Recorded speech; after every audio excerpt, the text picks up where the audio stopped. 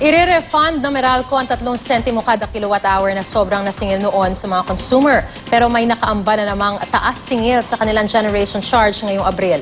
Balitang hatid ni Julius Segovia.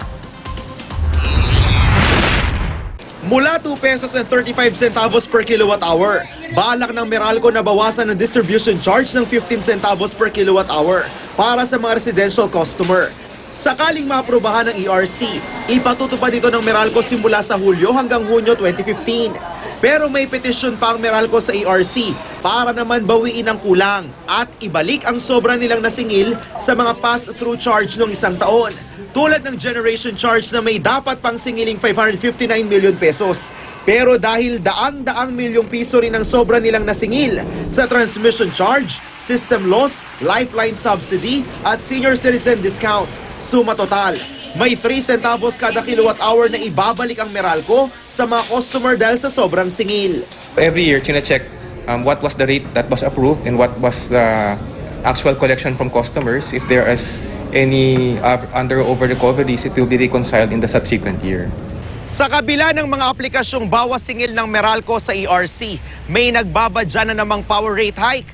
Ayon sa ilang sources sa industriya, mahigit 10 piso kada kilowatt-hour ang itinaas sa presyo ng kuryente sa merkado ng isang buwan kumpara noong Pebrero. Kaya hindi raw malayong sumipa rin ang generation charge ng Meralco ngayong Abril. Gayong kumukuha rin sila ng supply sa spot market. Ayaw pang kumpirmahin ng Meralco ang namumurong taas singil sa generation charge. Pero kapag tumataas daw ang konsumo, once demand goes up, of course, there is a tendency really for an upward spike in terms of both consumption and perhaps price as well.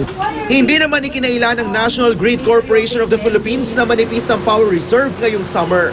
At malamang maapektuhan ang supply sa Luzon. Oras na 2 malalaking planta ang sabay na bumagsak, lalo't 6 na planta ang sumasa ilalim ngayon sa maintenance shutdown. Anything can happen. It has happened in the past.